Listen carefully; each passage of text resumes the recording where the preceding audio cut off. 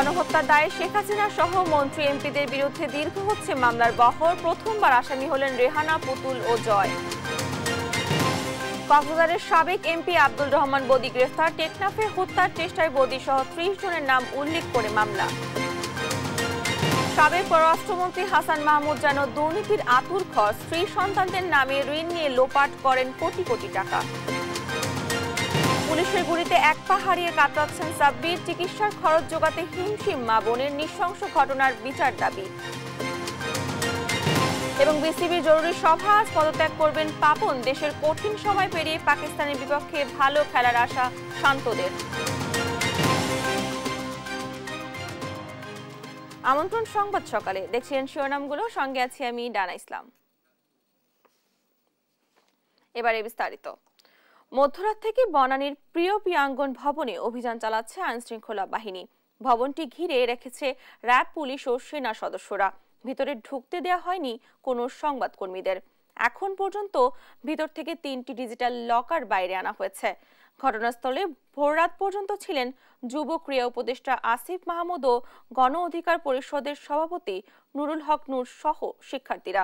এ সময় নুরুল হক নূর জানায়, প্রিয় প্রিয়াঙ্গন ভবনের একাধিক তলায় সাবেক বিদ্যুৎ ও জ্বালানি প্রতিমন্ত্রী নসরুল হামিদ বিপুর ব্যক্তিগত অফিস রয়েছে। সেখান থেকেই ছাত্র আন্দোলনে হামলাকারীদের অর্থ সরবরাহ করা হতো এবং বর্তমানে সেখানে বিপুল পরিমাণ অবৈধ অর্থ রয়েছে এমন সংবাদে তারা প্রশাসনকে জানায়। এরপর প্রশাসনের অভিযান শুরু হয়। তবে অভিযান শুরু করতে বিলম্ব হওয়া, অর্থ সহ অবৈধ মালামাল সরিয়ে ফেলার অভিযোগও করেন তিনি। বিল্ডিং থেকে গত আগস্ট মাসে যে ঢাকার বিভিন্ন শহরে অস্ত্রধারী পেশাদার সন্ত্রাসীদেরকে ছাত্র জনতা হত্যা করার জন্য ব্যবহার করা হয়েছে, তাদের মাঝে টাকা বিলানো হয়েছে এবং এই বিল্ডিংয়ে আপনার নসরুল হামিদ বিপুর যে অফিস, সেখানে ইলেকট্রিক লকার, বল্টে টাকা, ডলার অনেক কিছু এখানে আছে। এটা আমরা জেনেছি কার কাছ থেকে? নসরুল হামিদ বিপুর নিরাপত্তা কর্মীদের কাছে। কারণ আজকে যখন এই ফ্যাসিস্ট শক্তির পতন হয়েছে, তারা দেশের স্বার্থে সত্য কথাগুলো বলছে। এই কথাটি জানার পরে আমরা পুলিশের আইজিপি মহোদয়কে জানাই। আন্দোলনে ছাত্র জনতা হত্যার দায়ে একের পর এক মামলা হচ্ছে আদালতে। মঙ্গলবার মামলা হয়েছে 9টি, যার 7টিতেই প্রধান আসামি হয়েছেন সাবেক সরকারের প্রধানমন্ত্রী শেখ হাসিনা। এছাড়া প্রথমবার হত্যা মামলার আসামি হয়েছেন শেখ রেহানা, সাইমা ওয়াজেদ পুতুল ও সজীব ওয়াজেদ জয়। ভুক্তভোগীদের অভিযোগ, শেখ হাসিনার নির্দেশেই সারা দেশে নির্বিচারে হত্যাকাণ্ড চালানো হয়। এসব অভিযোগ এজাহার হিসেবে গ্রহণ করে তদন্তের নির্দেশ দিয়েছেন আদালত। এ নিয়ে আরো জানাচ্ছেন মাইনুদ্দিন আরিফ। ছাত্র জনতার গণ অভ্যুত্থানে স্বৈরাচার শেখ হাসিনা পালিয়ে যাওয়ার পর তার বিরুদ্ধে একের পর এক মামলা করছেন ভুক্তভোগীরা। প্রতিদিন আদালতে ভিড় করছেন আন্দোলনে নিহতদের পরিবারের সদস্যরা। তাদের অভিযোগ, গণহত্যার নির্দেশ দেওয়ায় শেখ হাসিনা সহ আসামিদের ফাঁসি দাবি করেন তারা। আমার ছেলের হত্যার সর্বোচ্চ শাস্তি যেটা, সেটা সেই শাস্তিটা যাতে আমি দেখতে মরে যেতে পারি। বিচার চাই শেখ হাসিনার নেতৃত্বে তারা মাঠে নামিয়া আমার ছেলে কি দোষ করছে, কি অপরাধ। আমি একদম নিষ্কার চালক, 16 বছর বয়স আমার ছেলের, আজ যে আমার সংসার ধ্বংস হয়ে যাচ্ছে। ছেলের হাতে ধরে চেঁচাইছে, ফারাই একটা গুলি করছে এন্ডে গুলি করছে, হের আবার দে লড়ে সরে, আবারও লাথি মেরে আবার একটা ফিট পাশে গুলি করছে। মঙ্গলবার মামলা হয়েছে 9টি, যার 7টিতেই প্রধান আসামি হয়েছেন শেখ হাসিনা। হত্যা মামলার আসামির তালিকায় শেখ হাসিনার সঙ্গে প্রথমবার নাম এসেছে তার বোন শেখ রেহানা, মেয়ে সাইমা ওয়াজেদ পুতুল এবং ছেলে সজীব ওয়াজেদ জয়ের। যাত্রাবাড়ি এলাকার ফল ব্যবসায়ী ফরিদ শেখ হত্যা মামলায় তাদের আসামি করা হয়েছে। 21 আসামির মধ্যে আছেন 14 দলের সমন্বয়ক আমির হোসেন আমু, জাসদ সভাপতি হাসানুল্লাহ কিনু, জাতীয় পার্টি জেপির চেয়ারম্যান আনোয়ার হোসেন মঞ্জুও। 302, 201 অ্যাকশন এবং 34 বাংলাদেশ দণ্ডবিধি দ্বারায় এখানে হচ্ছে যে আমরা এখানে উল্লেখ করেছি, বাদী এখানে উল্লেখ করেছেন 1 থেকে 20 নং আসামির নির্দেশে পরিকল্পনায় অন্যান্য আসামিরা অপর আসামিরা বিশেষ করে 23 নম্বর এবং 37 নম্বর আসামি গুলি করেছেন। যারা প্রত্যক্ষদর্শী সাক্ষী আছে তাদের গুলিতে সে নিহত হয়েছে। এখানে পুলিশ গুলি করেছেন এবং সাধারণ এখানে যারা সরকারি দলের ক্যাডার তারাও গুলি করেছেন, তাদের গুলিতে সে নিহত হয়েছে। আমরা সেটা এখানে বাদী তার আরজিতে সেটা উল্লেখ করেছেন। মোহাম্মদপুরে 5 আগস্ট পুলিশের গুলিতে গার্মেন্টস কর্মী সোহেল রানা নিহতের ঘটনায় শেখ হাসিনা, শেখ তাপস সহ 25 জনের বিরুদ্ধে মামলা হয়েছে। এছাড়া কিশোর ওমর ফারুক হত্যা মামলাতেও প্রধান আসামি হয়েছেন শেখ হাসিনা। কবিরদুল সরকারি কলেজের শিক্ষার্থী হত্যা মামলায় আসামি শেখ হাসিনা সহ 49 জন। এছাড়া সাভারের জাহিদুল ইসলাম সাগর হত্যা মামলায় শেখ হাসিনা সহ 70 জনের বিরুদ্ধে মামলা হয়েছে। যাত্রাবাড়ি, সূত্রাপুর, আদাবর, আশুলিয়া সহ সংশ্লিষ্ট থানাকে মামলা এজাহারভুক্ত করে তদন্তের নির্দেশ দিয়েছেন আদালত। এছাড়া সাবেক আইজিপি আব্দুল্লাহ মামুন, বেনজির আহমেদ এবং র্যাব পুলিশ সহ আইন শৃঙ্খলা রক্ষাকারী বাহিনীর বিভিন্ন পর্যায়ের কর্মকর্তাদের বিরুদ্ধে কয়েকটি মামলা হয়েছে। মাইনুদ্দিন আরিফ, দেশ টিভি, ঢাকা। কোটা সংস্কার আন্দোলন থেকে সরকার পতন আন্দোলন পর্যন্ত মৃত্যুবরণকারীদের পরিবারের করা হত্যা মামলায় একে একে আসামি করা হচ্ছে স্বৈরশাসক শেখ হাসিনাকে। এছাড়া শেখ রেহানা, আওয়ামী লীগের সাধারণ সম্পাদক, সাবেক স্বরাষ্ট্রমন্ত্রী, আইনমন্ত্রী সহ আরো অনেককেই আসামি করে মামলা করা হচ্ছে। মঙ্গলবার বগুড়া, নারায়ণগঞ্জ, রংপুর, জয়পুরহাটে হয় এসব মামলা। সহকর্মীদের পাঠানো তথ্যচিত্রে টুম্পা আফরোজের ডেস্ক রিপোর্ট। সারা দেশে ছাত্র জনতার আন্দোলন দমনে শিক্ষার্থী, রিকশা চালক, পথচারী, শিক্ষক সহ সব হত্যাকাণ্ডে পতিত সরকারের প্রধানমন্ত্রী শেখ হাসিনার বিরুদ্ধে একের পর এক হত্যা মামলা হচ্ছে। গেল 4 আগস্ট বগুড়ায় রিকশা চালক কমর উদ্দিন বাঙ্গি নিহতের ঘটনায় সাবেক প্রধানমন্ত্রী শেখ হাসিনা, ওবায়দুল কাদের সহ 82 জনের নামে হত্যা মামলা করেছেন নিহতের স্ত্রী তহমিনা বেগম। মামলায় অজ্ঞাতনামা আসামি রয়েছে 300 জন। রংপুরে রাজমিস্ত্রি সাজ্জাদ হোসেনের মৃত্যুর ঘটনায় শেখ হাসিনা, শেখ রেহানা, ওবায়দুল কাদের, আসাদুজ্জামান খান কামাল, আনিসুল হক, হাসানুল হক ইনু, রাশেদ খান মেনন সহ 57 জনের বিরুদ্ধে মামলা হয়েছে। নিহতের স্ত্রী জিতু বেগমের করা এ মামলায় অজ্ঞাত 300 জনকেও আসামি করা হয়েছে। আজকে বিচার চাই যে আমার স্বামী কেন নির্ভয়ে হত্যা করলো, কি কারণ, কি দোষ ছিল তার। এই হায়নার সরকার এইভাবে মানুষকে হত্যা করেছে, সেই কারণে আজকে এই বাদী এই হত্যার বিচারের দাবিতে মাননীয় চিফ মেট্রোপলিটন আদালতে এসেছে এবং মামলা দায়ের করেছে। আন্দোলনে নারায়ণগঞ্জে পরিবহন শ্রমিক জনি হত্যায় শেখ হাসিনাকে প্রধান আসামি করে আরেকটি মামলা হয়েছে। এছাড়া ওবায়দুল কাদের, আসাদুজ্জামান খান কামাল, হাসান মাহমুদ, শামীম ওসমান সহ 187 জনের বিরুদ্ধে সোনারগাঁও থানায় মামলা করেন নিহতের বাবা ইয়ামিন মিয়া। আন্দোলনে জয়পুরহাটে অটোরিকশা চালক মেহেদি হাসানের মৃত্যুর ঘটনায় শেখ হাসিনা, ওবায়দুল কাদের, হাসান মাহমুদ সহ 217 জনের নামে আদালতে মামলা করে নিহতের স্ত্রী Jesmin Akter. Tumpa Afroz, news desk, Desh TV. 2013 সালে শাপলা চত্বরে হেফাজতে ইসলামের সমাবেশ ঘিরে সংঘটিত গণহত্যার তদন্ত চেয়ে আন্তর্জাতিক অপরাধ ট্রাইব্যুনালের তদন্ত সংস্থায় শেখ হাসিনার বিরুদ্ধে তদন্তের আবেদন করা হয়েছে। মঙ্গলবার ট্রাইব্যুনালের আইনজীবী গাজী এম.এস. তামিম এই আবেদন করেন। এতে বলা হয়, তখনকার প্রধানমন্ত্রী শেখ হাসিনা, কয়েকজন মন্ত্রী, এমপি, পুলিশের প্রধান, র্যাবের প্রধান, ডিএমপি কমিশনার সহ 19 জনের যোগ সাজশে এই গণহত্যা সংঘটিত হয়। একই সাথে 71 টিভি সহ বেশ কয়েকটি গণমাধ্যমের ঊর্ধ্বতন কর্মকর্তারা এই গণহত্যার সহযোগী ছিলেন বলে উল্লেখ করা হয়। এছাড়া গণজাগরণ মঞ্চের অন্যতম সংগঠক ডক্টর ইমরান এইচ সরকারকেও অভিযুক্ত করা হয়েছে। 5 মে শাপলা চত্বরের হত্যাকাণ্ডকে আমরা মানবতা বিরোধী অপরাধ এবং গণহত্যা হিসাবে তদন্ত চেয়েছি এবং যার বিচার আন্তর্জাতিক অপরাধ ট্রাইব্যুনালে যেন হয় সেই আবেদন আমরা করেছি। সেখানে আমরা 19 জন আসামি করেছি। তার মধ্যে প্রধান করেছি তৎকালীন প্রধানমন্ত্রী শেখ হাসিনা, তার মন্ত্রী পরিষদের কয়েকজন সদস্য, তৎকালীন পুলিশের আইজিপি, তৎকালীন র্যাবের মহাপরিচালক, তৎকালীন ডিএমপি কমিশনার সহ পুলিশের কয়েকজন ঊর্ধ্বতন কর্মকর্তা।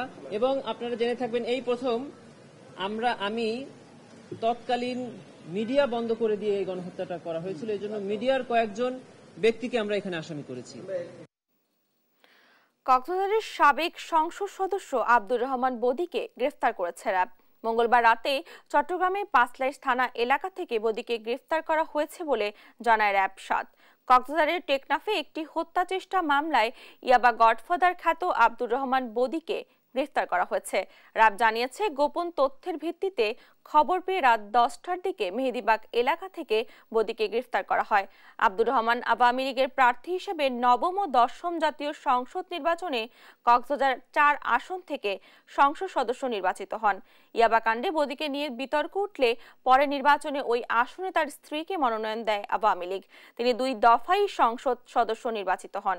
স্বরাষ্ট্র মন্ত্রণালয়ের তালিকায় মাদক চোরাচালানের পৃষ্ঠপোষক হিসেবে আব্দুর রহমান বদির নাম রয়েছে। রাজধানীর মোহাম্মদপুরে মুদি দোকানি আবু সাইদকে গুলি করে হত্যার মামলায় দীপুমণিকে 4 দিন ও আরিফ খান জয়কে 5 দিন করে রিমান্ড দিয়েছেন আদালত। মঙ্গলবার বিকেলে পুলিশের কড়া পাহারায় তাদের আদালতে তোলা হয়। এ সময় আদালত প্রাঙ্গণে তাদের সর্বোচ্চ শাস্তির দাবিতে বিক্ষোভ করেন আইনজীবী ও ভুক্তভোগীরা। মাইনুদ্দিন আরিফের রিপোর্টে বিস্তারিত। মুদি দোকানি আবু সাইদকে গুলি করে হত্যার অভিযোগে গত 13 আগস্ট সাবেক প্রধানমন্ত্রী শেখ হাসিনা সহ 7 জনের বিরুদ্ধে আদালতে মামলার আবেদন করা হয়। ঢাকার সিএমএম আদালত অভিযোগ এজাহার হিসাবে গ্রহণ করতে মোহাম্মদপুর থানার ভারপ্রাপ্ত কর্মকর্তাকে নির্দেশ দেন। মামলার 7 দিন পর সোমবার রাতে গ্রেফতার করা হয় সাবেক সমাজকল্যাণ মন্ত্রী দীপুমণি ও সাবেক যুব ক্রীড়া উপমন্ত্রী আরিফ খান জয়কে। মঙ্গলবার বিকেলে কড়া পাহারায় তাদের নেওয়া হয় চিফ মেট্রোপলিটন ম্যাজিস্ট্রেট আদালতে। আদালতের হাজতখানায় কিছুক্ষণ রাখার পর তোলা হয় এজলাস কক্ষে। এ সময় আদালত পাড়ায় বিক্ষোভ করেন আইনজীবী ও ভুক্তভোগীরা। এই শরীফার তত্ত্ব ট্যাগ তত্ত্ব মানে হাসের তত্ত্ব বুঝিয়ে শুধু কোমলমতি ছাত্রছাত্রীদের সে এতদিন ঘুম পাড়িয়ে রেখেছিল।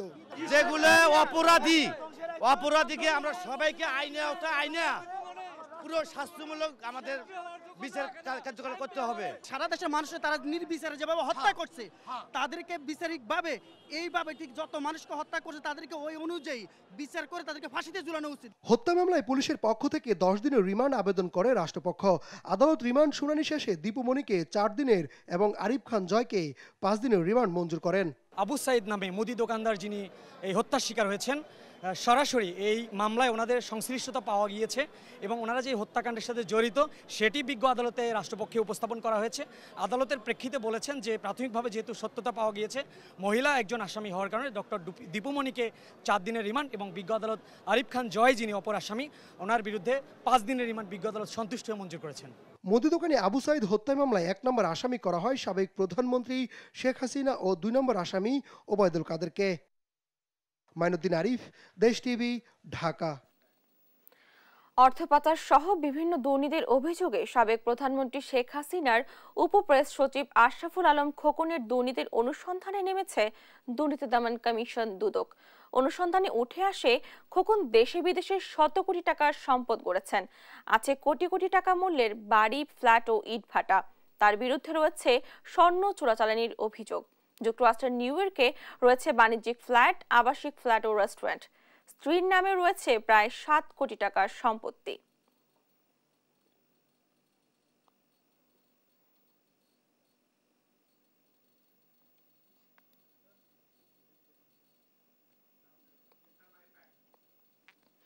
এদিকে সাবেক প্রধানমন্ত্রীর ব্যক্তিগত সহকারী জাহাঙ্গীর আলমের নামে নানা অনিয়ম ও দুর্নীতির অনুসন্ধানে নেমেছে দুদক। সংসদের দৈনিক মজুরি ভিত্তিক কর্মচারী হলেও 2009 সালে আওয়ামী লীগ ক্ষমতায় আসার পরে প্রধানমন্ত্রীর ব্যক্তিগত সহকারীর পরিচয় দিয়ে নিয়োগ, বাণিজ্য, বদলি সহ নানা তদবির করে অবৈধ সম্পদের মালিক হয়েছেন জাহাঙ্গীর আলম। নিয়ন্ত্রণ করতেন নিজ এলাকার রাজনৈতিক পদ বাণিজ্য। ঢাকায় একাধিক ফ্ল্যাট, বাড়ি ও কোটি কোটি টাকা মূল্যের কয়েকটি গাড়ির সন্ধান মিলেছে দুদকের অনুসন্ধানে। নানা সময়ে দুর্নীতির বিরুদ্ধে সোচ্চার সাবেক পররাষ্ট্রমন্ত্রী হাসান মাহমুদ যেন দুর্নীতির আতুর ঘর। ব্যাংক কেলেঙ্কারিতে জড়িয়ে থাকা সাবেক এই মন্ত্রীর আরেক নাম যেন ব্যাংক খেকো। রাষ্ট্রীয় মালিকানাধীন রূপালী ব্যাংকের 19 কোটি 3 লাখ টাকা ঋণের 1 টাকা শোধ না করেও ঋণ খেলাপিতে নাম নেই তার। নিজের স্ত্রী সন্তানের নামে ব্যাংক থেকে ঋণ নিয়ে লোপাট করেছেন কোটি কোটি টাকা। বিস্তারিত মাজহারুল ইসলামের রিপোর্টার। বললে অনেক কিছু রেকর্ড আছে, সেগুলো ফাঁস করে দিব। নানা সময়ে বিতর্কিত মন্তব্য করে আলোচনায় থাকা হাসান মাহমুদ যেন ব্যাংক লুটেরাদের গডফাদার। অভিযোগ আছে ক্ষমতার অপব্যবহার করে 2013 সালে রূপালী ব্যাংক থেকে 12 কোটি 54 লাখ টাকা ঋণ নেন। 11 বছরে সেই ঋণের 1 টাকাও শোধ করেননি তিনি। জানা যায় নিয়ম নীতির তোয়াক্কা না করে ক্ষমতার দাপটে সুদ মওকুফ করিয়েছেন কয়েক দফা। রূপালী ব্যাংক সূত্রে জানা গেছে 2011 সালে গভীর সমুদ্রে মাছ ধরার 34টি ট্রলারের একটির লাইসেন্স পান তিনি। পরে ক্ষমতা খাটিয়ে ট্রলার তৈরির জন্য স্ত্রীর নামে ব্যাংক থেকে 12 কোটি 54 লাখ টাকা ঋণ নেন হাসান মাহমুদ। 2013 সাল থেকে 2022 সাল পর্যন্ত 18টি কিস্তিতে 10 কোটি 37 লাখ টাকা রূপালী ব্যাংকে পরিশোধ করার কথা থাকলেও তা করেননি। ফলে সুদে আসলে তার কাছে ব্যাংকটির মোট পাওনা দাঁড়িয়েছে 19 কোটি 3 লাখ টাকা। তার এসব অপকর্মের সহযোগী ব্যাংকটির সাবেক এমডি এম ফরিদউদ্দিন সহ অনেক অসাধু কর্মকর্তা। শুধু নিজ নামেই নয়, ক্ষমতার অপব্যবহার করে নিকটাত্মীয়দের নামে ব্যাংক ঋণ নিয়ে সেগুলো বিদেশ পাচার করতেন তিনি। গত 15 বছরে হাসান মাহমুদ কত টাকা বিদেশ পাচার করেছেন তার সঠিক তথ্য নেই বাংলাদেশ ব্যাংকের কাছে। জানা যায় তার এসব দুর্নীতি নিয়ে কেউ কথা বললে তাদেরকে নানাভাবে অপদস্থ করা হতো। 5 আগস্ট হাসিনা সরকারের পদত্যাগের পর 11 আগস্ট ব্যাংক হেকু সাবেক এই মন্ত্রীর সব অ্যাকাউন্ট ফ্রিজ করে বাংলাদেশ ফাইন্যান্সিয়াল ইন্টেলিজেন্স ইউনিট। বারবার সুদ মওকুফ, ডাউন পেমেন্ট ছাড়া ঋণ পুনঃতফসিল, ঋণ পরিশোধের সময় বাড়ানোর বাজে নজির তৈরি করেছেন হাসান মাহমুদ। মাজহারুল ইসলাম, দেশ টিভি, ঢাকা। শূন্য থেকে হাজার কোটি টাকার মালিক বনে গেছেন কুষ্টিয়ার আওয়ামী লীগ নেতা আতাউর রহমান আতা। গেল 10 বছরে টেন্ডারবাজি, চাঁদাবাজি, দখলদারিত্বের মাধ্যমে গড়েছেন কুষ্টিয়ার, ঢাকা সহ দেশের বিভিন্ন স্থানে একাধিক বিলাসবহুল বাড়ি, গাড়ি ও বিশাল মার্কেট। নামে বেনামে রয়েছে শত শত কোটি টাকা, যা সবই করেছেন ভাই আওয়ামী লীগের যুগ্ম সাধারণ সম্পাদক মাহবুবুল আলম হানিফের ক্ষমতার প্রভাবে। ইরফান রানার ক্যামেরায় কুষ্টিয়া থেকে নাহিদ হাসান তিতাসের রিপোর্টে দেখুন বিস্তারিত। কুষ্টিয়া সদর উপজেলা পরিষদের চেয়ারম্যান ও শহর আওয়ামী লীগের সাধারণ সম্পাদক আতাউর রহমান আতা, ভাই আওয়ামী লীগের যুগ্ম সাধারণ সম্পাদক ও সদ্য পতন হওয়া হাসিনা সরকারের কুষ্টিয়া 3 আসনের এমপি মাহবুবুল আলম হানিফের প্রভাব খাটিয়ে রাতারাতি হয়েছেন আঙুল ফুলে কলা গাছ। শূন্য থেকে হয়েছেন হাজার কোটি টাকার মালিক। ভাই হানিফের প্রভাবে 10 বছরে কুষ্টিয়া, ঢাকা সহ দেশের বিভিন্ন স্থানে গড়েছেন একাধিক বিলাসবহুল বাড়ি, গাড়ি ও বিশাল মার্কেট। করেছেন নামে বেনামে অঢেল সম্পদ। ব্যাংকেও আছে নিজ ও তার স্ত্রীর নামে শত শত কোটি টাকা। চিটারি বাটপারি করি লোকের জায়গা জমি দখল করে নেছে। আরও আপনার হচ্ছে আমাদের হাউজিংয়ে নিশান মোড়ে জায়গায় উনি 5 হাঁকাইছে। মিরপুর ভেড়ামারাতে সে হচ্ছে ফেন্সিডিলের ব্যবসা করত। সে 14 সালে যখন হানিফের ক্ষমতাকে ব্যবহার করে সে একের পর একটা দখল করে কোটি কোটি টাকার মালিক হয়েছে। হাট ঘাট নদী নালা যেভাবে সব কিছু নিজের নিয়ন্ত্রণে নিয়ে যে লুটতরাজের একটা স্বর্গরাজ্যে কুষ্টিয়া সদরকে তথা কুষ্টিয়া জেলাকে পরিণত করেছিল। ভাই মাহবুবুল আলম হানিফের ক্ষমতার প্রভাব খাটিয়ে আতাউর রহমান আতা টেন্ডারবাজি, চাঁদাবাজি, জবরদখল সহ সব অপকর্মই চালান। জোর করে ক্ষমতার দাপটে হয়েছেন দুইবার সদর উপজেলার চেয়ারম্যানও। আতার তো কোনো ভ্যালুই ছিল না, সেই আতা এখন 3-4টা বাড়ির মালিক কুষ্টিয়া শহরে। যেখানে অর্থনৈতিক খাত আছে সেখানে অবৈধ হস্তক্ষেপ করে উনি ওনার ক্ষমতা বলে শ কোটি টাকা উনি ইনকাম করেছে। আতার কথিত আপনার হচ্ছে সন্ত্রাসী বাহিনী এবং এই পুলিশ বাহিনী সকল নেতাকে হটিয়ে দিয়ে বিনা প্রতিদ্বন্দ্বিতায় উনি উপজেলা চেয়ারম্যান নির্বাচিত হয়। ছাত্র জনতার গণ আন্দোলনে স্বৈরাচার শেখ হাসিনা সরকার পতনের পর গা ঢাকা দিয়েছে আওয়ামী লীগ নেতা আতাউর রহমান আতা ও তার ভাই মাহবুবুল আলম হানিফ। নাহিদ হাসান তিতাস, দেশ টিভি, কুষ্টিয়া। কিসের কোটা আর সংস্কারই বাকি, কোনোটাই জানা ছিল না সাব্বিরের। কখনো সে দেখেনি সরকারি চাকরির স্বপ্ন, তবু সে সামিল হয়েছিল শিক্ষার্থীদের স্বপ্ন আদায়ের মিছিলে। পুলিশের গুলিতে এক পা হারিয়ে এখন সে কাতরাচ্ছে কার্যত বিনা চিকিৎসায়। তার চিকিৎসার অধিকার আদায়ে কি সামিল হবে না কেউ? সজীব রহমানের ক্যামেরায় সাব্বিরের দুঃসহ যন্ত্রণার কথা জানাচ্ছেন নিয়াজ মোর্শেদ। তখনও স্বৈরাচারী শেখ হাসিনা পতনের দাবি তুলে শিক্ষার্থীরা। কোটা সংস্কারের বিপ্লবে উত্তাল সারা দেশ। স্লোগান চলছে স্বৈরাচারী শেখ হাসিনার বিতর্কিত রাজাকার মন্তব্যের প্রতিবাদে। ভয়াল 19 জুলাই শুক্রবার বিকাল 3টা। ছুটির দিনে ঘুরতে বেরিয়েছিল সিএনজি মিস্ত্রি সাব্বির। থানার সামনে গিয়ে দেখে শিক্ষার্থীদের মিছিল, স্লোগানে স্লোগানে মুখর পুরো বনশ্রী এলাকা। এই স্লোগানে জ্বলে ওঠে সাব্বির, সুরে সুরে তাল মিলায়। কখন যেন শিক্ষার্থীদের একজন হয়ে ওঠে 17 বছরের এই দিনমজুর, একাত্মতায় মিশে যায় ওদের সাথে। কিছু বুঝে ওঠার আগেই রামপুরা থানার সামনে থেকে মোহ গুলি ছড়ে পুলিশ। আতঙ্কিত সাব্বির লুকানোর চেষ্টা করে ড্রেনেজ পাইপের আড়ালে। মাথাটা লুকাতে পারে, তবে শরীর বিদ্ধ হয় গুলিতে। মেন রোডে দেখি আরো অনেক ছাত্র ভাইয়েরা আছে, তো ছাত্র ভাইয়েরা যখন স্লোগান ধরে তখন আমি ওই আন্দোলনের ভিড়ে ঢুকেছি। থানা পর্যন্ত যাওয়ার পরে গোলাগুলি শুরু হয়ে যায়। তো নিজেকে বাঁচানোর চেষ্টায় আমি এক জায়গায় লুকানোর চেষ্টা করি। লুকাতে গিয়ে আমার বডি কিছুটা ঢুকাইছি, আর কিছুটা ঢুকাতে পারিনি, গুলি লেগে যায়। নেওয়া হয় হাসপাতালে। মা আর বোনরা ছুটে যায়। অসংখ্য রোগীর কাফেলায় হাসপাতালে সাব্বিরের সিরিয়াল মিলে রাত 2টোয়। ওদিন শুক্রবার ছিল, ওনাদের নাকি বন্ধ ডেট ছিল, ডাক্তার ছিল না। অপারেশনের রুমে ঢুকাইতে 2টা বেজে গেছে। আমার ভাই খুবই ব্যথায় ছটফট করছিল। সাব্বির আর তার মায়ের উপার্জনে চলতো মা ছেলের সংসার। অচল সংসারে এখন ছেলের চিকিৎসার জন্য চড়া সুদে ঋণ নিতে হয়েছে তার মাকে। আমার কাজ কাম বন্ধ হয়, আরও কাজ কাম বন্ধ হন, কিভাবে চলিব জানালা। চিকিৎসা চালা মনে করেন আপনার সুদে টাকা লইছি, কাম করছি, খাইছি, সমান আছিলাম, ঋণ আছিলাম না আর কি। এখন আমি ঋণ নিয়ে গেছি অনেক টাকা। দুই বোনই মানুষের দাঁড়ে দাঁড়ে গিয়ে টাকা তুলছে সাব্বিরের চিকিৎসার জন্য। টাকা পয়সাও ছিল না আমাদের কাছে। পরে ঘরে মার জিনিস ছিল, ওগুলা বিক্রি করে সুদের উপরে টাকা নিয়ে আমার ভাইয়ের চিকিৎসা করেছে।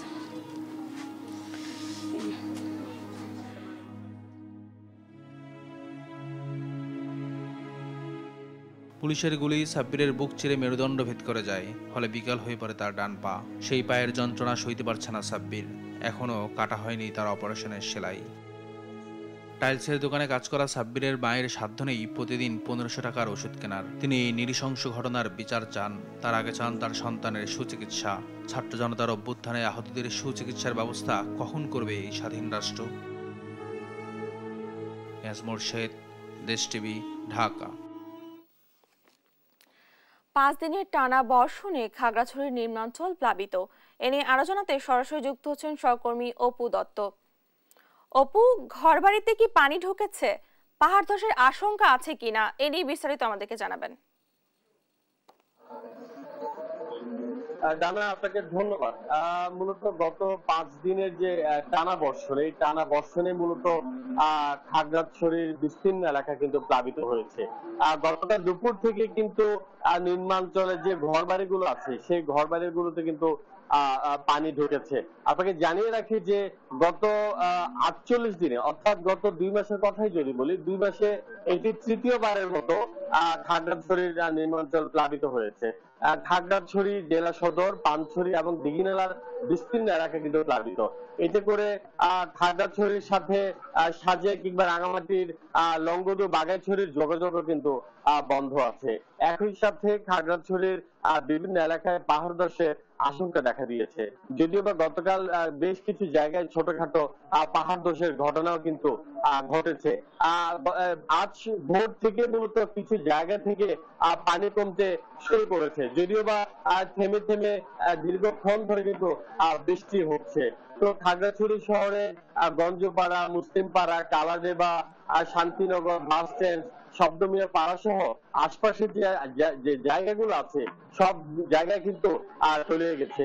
ইতিমধ্যে জেলা প্রশাসনের পক্ষ থেকে 99টি আশ্রয় কেন্দ্র খোলা হয়েছে, যেখানে অধিকাংশ আশ্রয় কেন্দ্রে প্লাবিত এলাকার মানুষজন কিন্তু আশ্রয় নিয়েছেন। সেখানে প্রশাসনের পক্ষ থেকে কিন্তু ত্রাণ সামগ্রী বিতরণ করা হচ্ছে। এছাড়া বিএনপি সহ যে অন্যান্য দলগুলো আছে, সংগঠনগুলো আছে, তাদের পক্ষ থেকেও কিন্তু ত্রাণ বিতরণ করা হচ্ছে। তবে মূলত জেলার চেঙ্গি এবং মাইনি নদীর নাব্যতা হারিয়ে ফেলার কারণেই ঘন ঘন বন্যা হচ্ছে বলে স্থানীয়রা বলছেন। যেখানে 5-6 বছর 7 বছর পর একবার বন্যা হতো, সেখানে কিন্তু গত কয়েক বছর ধরে টানা বন্যায় কিন্তু স্থানীয়দের কিন্তু দুর্ভোগ অনেকটা বেড়েছে। একই সাথে যে জায়গাগুলো থেকে পানি কমছে সেখানে আসলে ক্ষয়ক্ষতির পরিমাণটা আস্তে আস্তে কিন্তু দৃশ্যমান হচ্ছে। এখন যতই পানি কমবে ততই কিন্তু এই প্লাবিত অঞ্চলের ক্ষয়ক্ষতির পরিমাণ কিন্তু দেখা যাবে। আর এই একই সাথে এখানকার যে পুকুরগুলো আছে, কৃষি জমিগুলো আছে, সেই ক্ষয়ক্ষতি কিন্তু ব্যাপক বলেই কৃষি বিভাগ আমাদেরকে বলছে। এই ছিল খাগড়াছড়ির বন্যার সর্বশেষ জানা। অপু, ধন্যবাদ আপনাকে। খাগড়াছড়ির বন্যা পরিস্থিতি জানাচ্ছিলেন আমাদের সহকর্মী। দেখছেন সংবাদ সকাল। দেখছেন সংবাদ সকাল।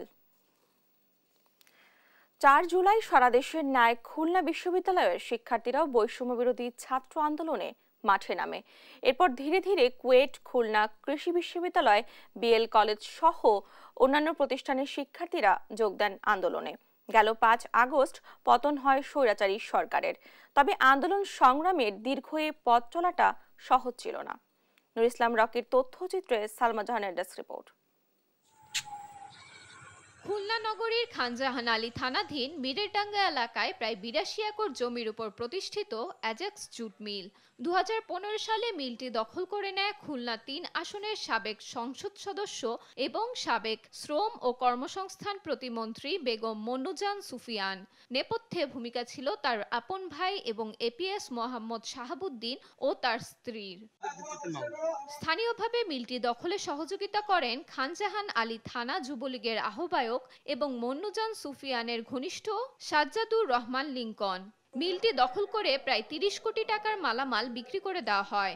পাশাপাশি মিলটিকে সারের গোডাউন হিসেবে ভাড়া দিয়ে মাসে মাসে তারা হাতিয়ে নেয় লাখ লাখ টাকা। সুইচ দিলে মিল চলতো, সেই মিল এখন আমি আজকে যে অবস্থা দেখলাম, এই মিলে খালি খোলস আছে, মেশিন নাই, ভিতরের মেইন যেগুলো সব নিয়ে গেছে। মোটর একটাও নেই, 400 মোটর ছিল, কোনো মোটর নাই। তারপরে ইলেকট্রিক কেবল ছিল প্রায় 2-2.5 কোটি টাকা দাম হবে। মন্নুজান সুফিয়ান, শাহাবুদ্দিনের বউ লিঙ্কন সহ আরো অনেকে জড়িত আছে এবং প্রতি মাসে 30 লক্ষ টাকা এখান থেকে নিত। সেই 30 লাখের মধ্যে মন্নুজান সুফিয়ান নিত 10 লাখ, শাহাবুদ্দিন নিত 5 লাখ, বাকি অন্যখানে যাইতো। সরকার পতনের পর মিলটির মালিকানা ফিরে পেয়ে মালিক কাউসার জামান বাবলা, মন্নুজানের ভাই মোহাম্মদ শাহাবুদ্দিন এবং খানজাহান আলী থানার যুবলীগের আহ্বায়ক সাজ্জাদুর রহমানের নামে লুটপাটের মামলা দেন। দখল ও লুটপাটের অভিযোগ তদন্তে এরই মধ্যে 6 সদস্যের একটি কমিটি করেছে নির্বাহী ম্যাজিস্ট্রেট। অ্যাজাক্স জুট মিলসের পক্ষ থেকে আমাদের কার্যালয়ে একটা আবেদন দেওয়া হয় যে ওনার জুট মিলটা দীর্ঘদিন ধরে বন্ধ, উনি এটা ইনভেন্টরি করাতে চায়। তো তার প্রেক্ষিতে জেলা প্রশাসক স্যার আমার নেতৃত্বে 6 সদস্যের একটা কমিটি করে দিয়েছেন। তো আমরা কমিটি আসলে প্রাথমিকভাবে আজকে এই জিনিসটা দেখতে আসছি। জুট মিলটি দখল করে গোডাউন হিসেবে ব্যবহার করায় অনেক শ্রমিক হারান কর্মসংস্থান। তাই দখলদারদের বিরুদ্ধে দ্রুত কঠোর শাস্তি নিশ্চিতের দাবি শ্রমিক ও এলাকাবাসীর। News desk, Desh TV. দেখছেন সংবাদ সকাল। দেখছেন সংবাদ সকাল। এবার থাকছে আন্তর্জাতিক প্রসঙ্গ। ধর্ষণ কাণ্ডে হাসপাতালের নিরাপত্তা ব্যবস্থা ঢেলে সাজানোর প্রস্তাব দিয়েছেন ভারতের সুপ্রিম কোর্ট। 3 সপ্তাহের মধ্যে অন্তর্বর্তী রিপোর্ট জমা দেওয়ার নির্দেশ দেন আদালত। এদিকে শুনানিতে দেশের মানুষ স্বস্তি পেয়েছে বলে দাবি করেছেন রাজ্যপাল। এ নিয়ে আরো জানাচ্ছেন দেওয়ান মুবাশশিরা হোসেন। দেশজুড়ে হাসপাতালগুলোতে গড়ে তুলতে হবে নিরাপত্তা কাঠামো। মঙ্গলবার আরজি কর মেডিকেলের ট্রেনি চিকিৎসক ধর্ষণ হত্যা মামলার শুনানিতে এমনটাই বলেছেন সুপ্রিম কোর্টের প্রধান বিচারপতি ডিওয়াই চন্দ্রচূড়। স্বাস্থ্যসেবার সাথে যুক্ত প্রত্যেকের নিরাপত্তায় টাস্ক ফোর্স গঠন করার প্রস্তাব দেন তিনি। এই টাস্ক ফোর্সের অন্তর্ভুক্ত থাকবেন 9 জন চিকিৎসক। এর উদ্দেশ্য কর্মস্থানে বৈষম্যতা দূর করে নারী পুরুষ নির্বিশেষে কাজ করার পরিবেশ তৈরি করা এবং সব স্বাস্থ্যকর্মীদের নিরাপত্তা নিশ্চিত করা। 3 সপ্তাহের মধ্যে টাস্ক ফোর্সকে অন্তর্বর্তী রিপোর্ট জমা দেওয়ার নির্দেশ দিয়েছে সুপ্রিম কোর্ট। আর চূড়ান্ত প্রতিবেদন দিতে হবে 60 দিনের মধ্যে। কর্মক্ষেত্রে মহিলাদের উপর যৌন নির্যাতন রুখতে যে আইন তা সরকারি হাসপাতালগুলোর পাশাপাশি বেসরকারি হাসপাতালগুলোতেও কার্যকর রয়েছে কিনা তাও খতিয়ে দেখবে টাস্ক ফোর্স। সেই সঙ্গে স্বাস্থ্যকর্মীদের নিরাপত্তায় একটি হেল্পলাইন নম্বর চালুর প্রস্তাব দিয়েছে দেশটির সুপ্রিম কোর্ট। রাত 10টা থেকে সকাল 6টা পর্যন্ত তাদের জন্য রাখতে হবে পরিবহনের ব্যবস্থাও। এছাড়া হাসপাতালের সব জায়গায় পর্যাপ্ত আলো এবং সিসি ক্যামেরার নজরদারি করার দায়িত্বে থাকবে টাস্ক ফোর্স। সেই হাসপাতালে রোগী ব্যতীত বহিরাগতদের প্রবেশে নজরদারিতে কাজ করবে তারা। এদিকে আরজিকর কাণ্ডের পর সরাসরি মুখ্যমন্ত্রীর ভূমিকা নিয়ে অসন্তোষ প্রকাশ করেন রাজ্যপাল সিভি আনন্দ বোস। এই ঘটনাকে সমাজের কাছে সবচেয়ে লজ্জাজনক মুহূর্ত বলে মন্তব্য করেন তিনি। দেওয়ান মুবাশশিরা Hossain, news desk, Desh TV. দেখছেন সংবাদ সকাল।